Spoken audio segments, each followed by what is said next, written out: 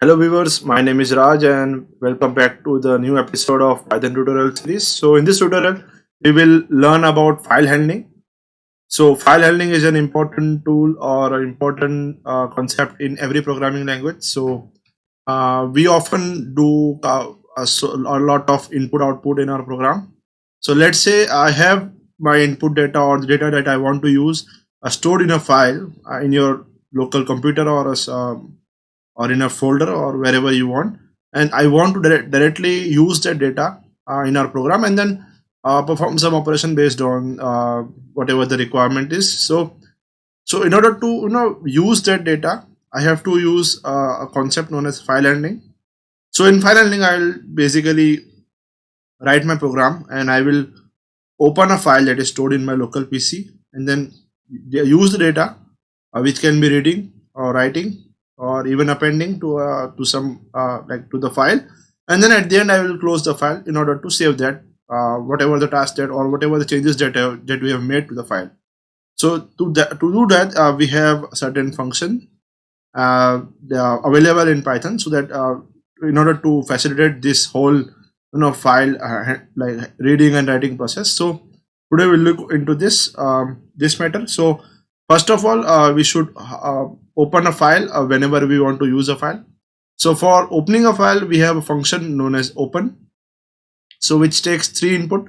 So the last input, which is buffering, is optional, but the first two are compulsory. So first up we'll write the file name, which is in again in single quotes or double quotes, so it will be a string, and then we'll have to define a mode. So mode is a very important part in terms of like how we want to use that file, which is like a reading mode or writing mode or a combination of both, or let's say in binary mode. So that we will learn in the following section. And buffering is something you want to make a buffer, or you have to do a buffer kind of a thing, but that's not important because you will hardly use that when you are using this file in Python. So we'll just start with opening the file. So let's say I have two files that I have ready made for this task. So I have this dummy.txt, which is a text file for in which I have some dummy text, which is lorem ipsum, and I have another file known as test.txt, which is also some random text that I generated, and I have these both files in the same directory as my Python file. So since I have like these both files are in the same directory, I can directly use the names of this file. So I can directly write dummy.txt in single or double quotes, and I have to specify mode. Let's say I take R, so R stands for read. Let's say I'm reading the file. So this is how like if the file is in the same um, directory as of the my Python file.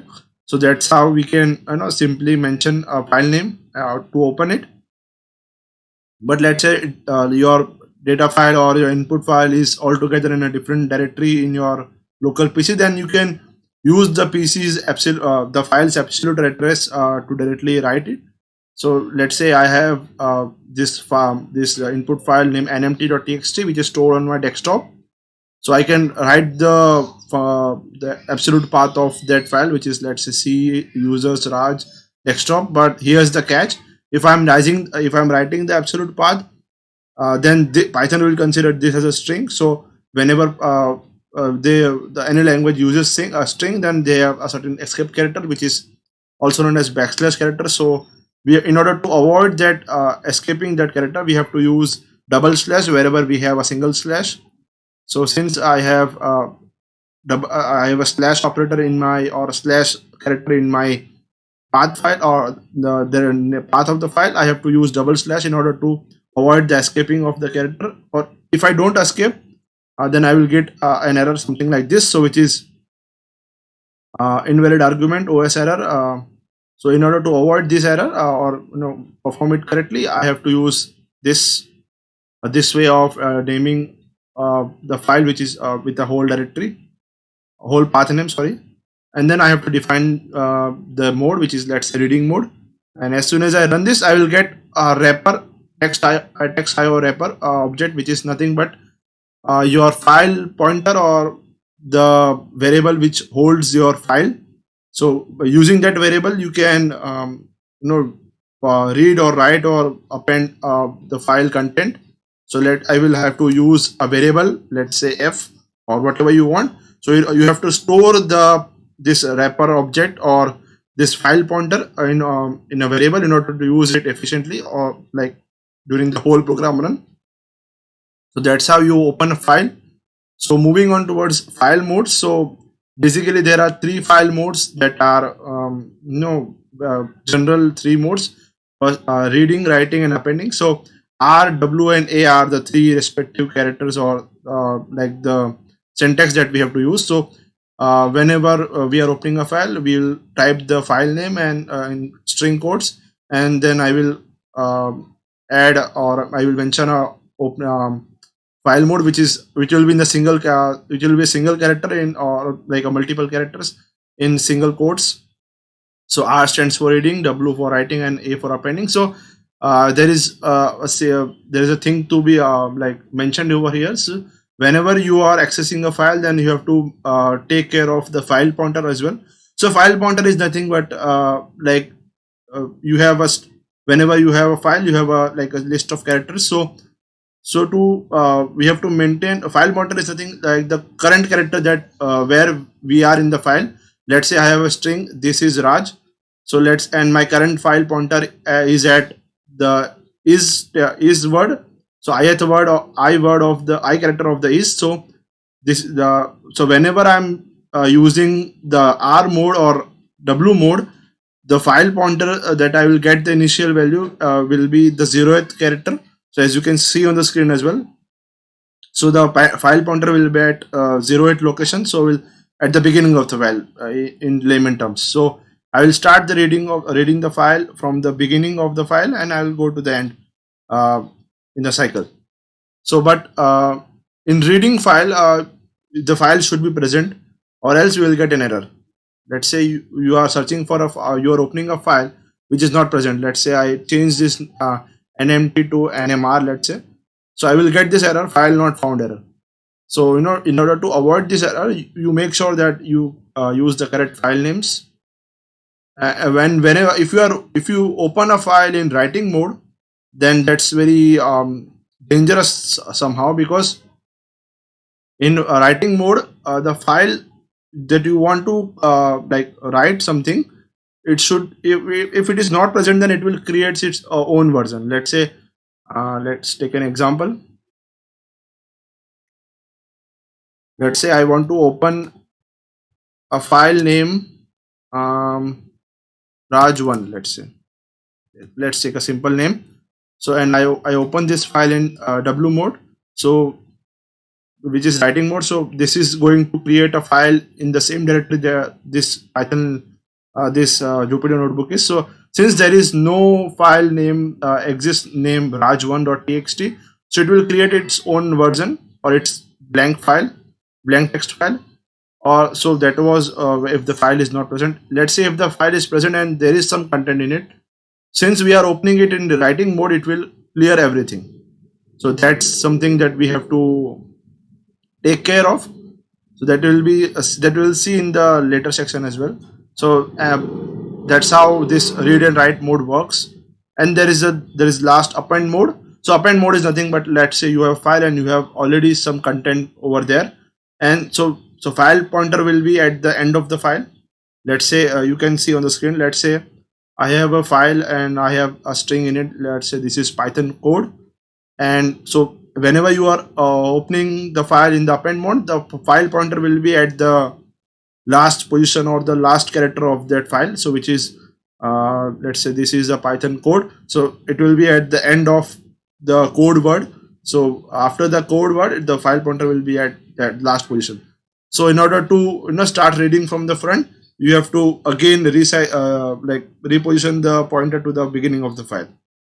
So since in appending we need to save the prior data, so in appending there will not be any truncation, but in writing mode there will be a truncation of the previous data that was available. Additionally, there are two more modes that we can additional modes that we can append.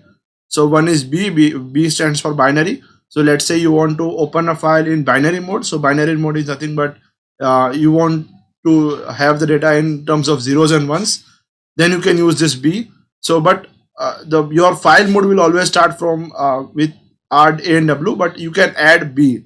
So you can have codes something like RB, WB, and AB. This is something that you can have. So so this RB means that I want to open a file in reading mode, which is in binary. So I will be reading the characters in terms of their binary codes. Similarly, for if you are opening in WB, then you are going to write a file in binary mode. So you will be writing zeros and ones instead of characters. And at the end, if you are opening a file in AB mode, so which is you are going to append a file in binary mode. So we'll be adding binary characters at the end of the already present file. And one last additional mode, that is plus operator. So this plus operator adds the reading or writing mode to the existing mode. So let's say you want to open a file in reading mode, but you also want to have a writing mode, like writing facility as well while reading the file.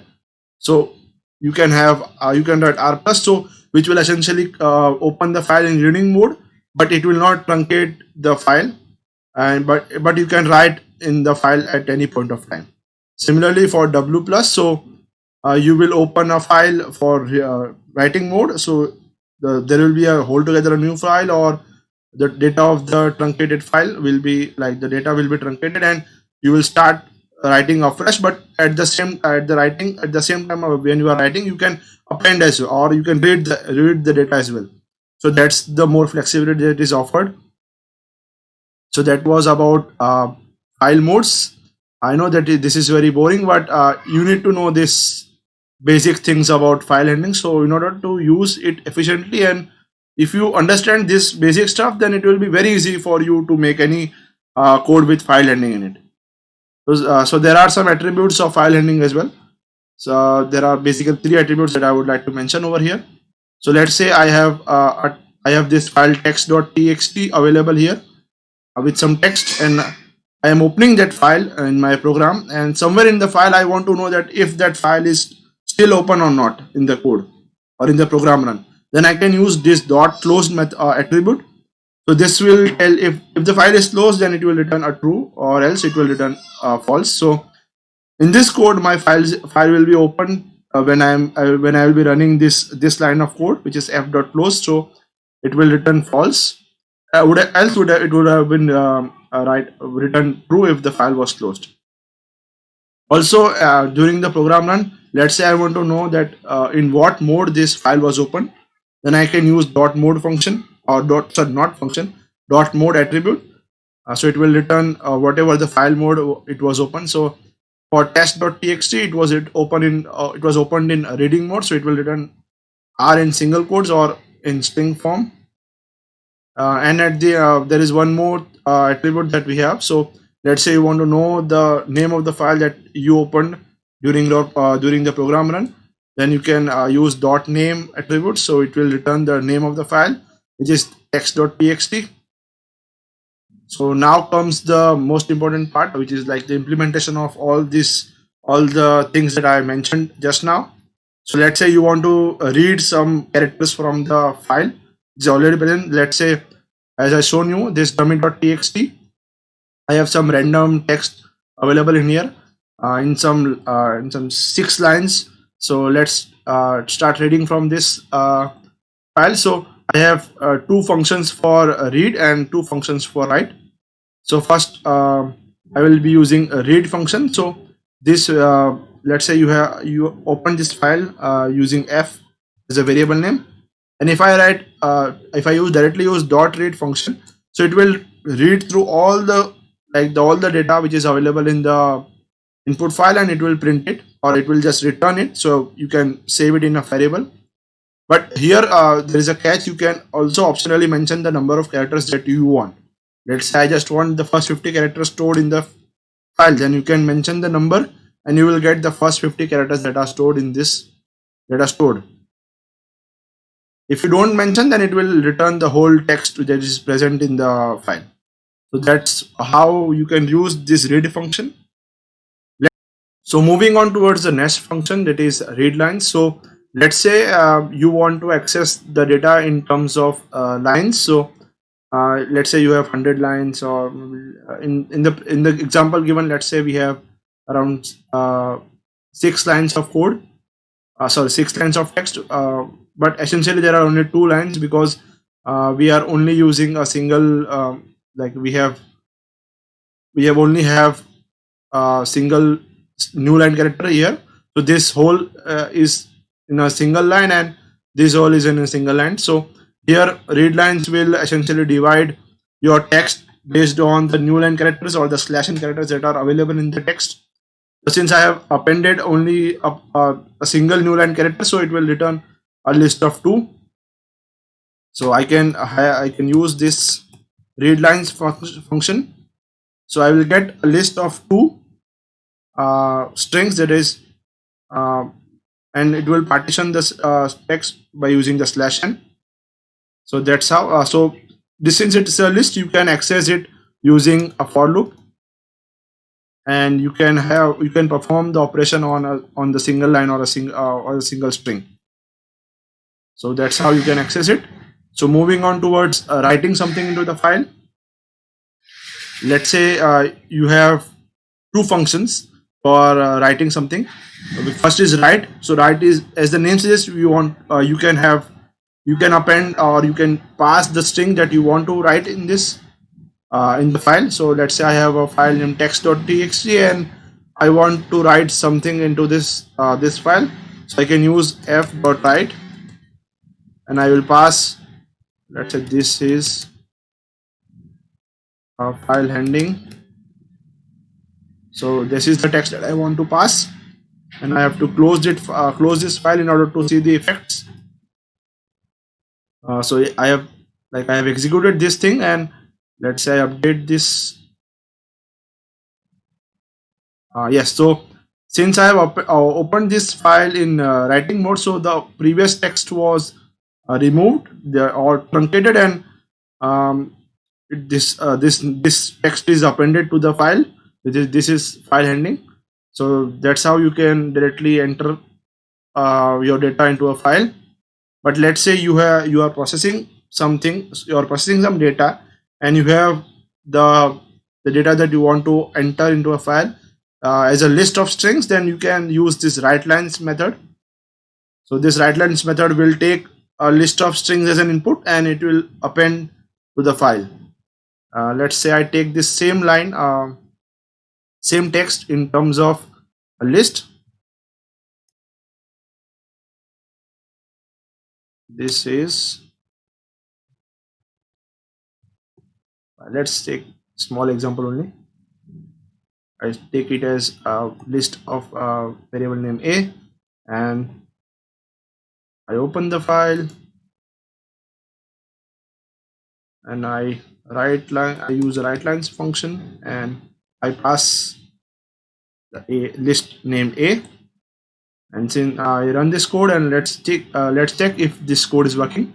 Since I am using the W or the write mode to open this file, the previous text will be gone, and the new text will be appended. So without spaces, since you have to take care of the spaces whenever you are using the write lines method. So it will this is file is appended since we have passed this file as the list of string. So that's how you can write or append, or you can append something into the file. So the moving on to the last topic of this video, which is file pointers. So in the beginning of the video, I told about file pointers and the importance of it. So at any point of time, whenever you are dealing with files, you have to take care of the file pointers, at where you are currently in the file, because it can happen that you create an inconsistent data because of the unknown position, or the wrong position of your file pointer.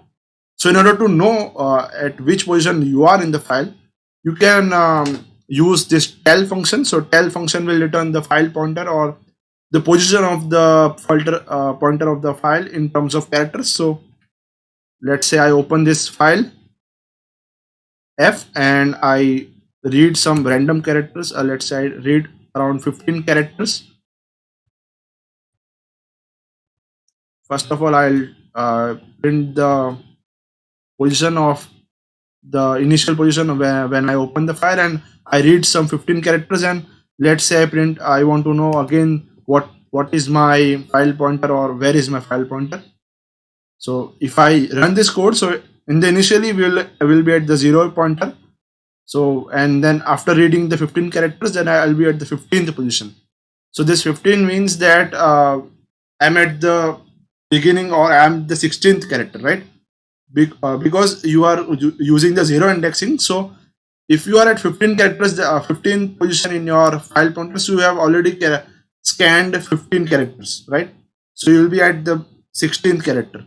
So essentially, that's how you tackle, or that's how you understand when you are using the zero index based um, uh, traversal. So that's how it is done. So, and let's say you are at a certain position in your file and you want to jump to a certain position. Let's say I am somewhere in the middle of the file and I want to start from the beginning. So then you have to use this seek method or seek function, and you have to define the position at which you want to jump. So let's take this example only. I'll go to the 15th position. Let's take let's first of all print where you are when you scan the characters.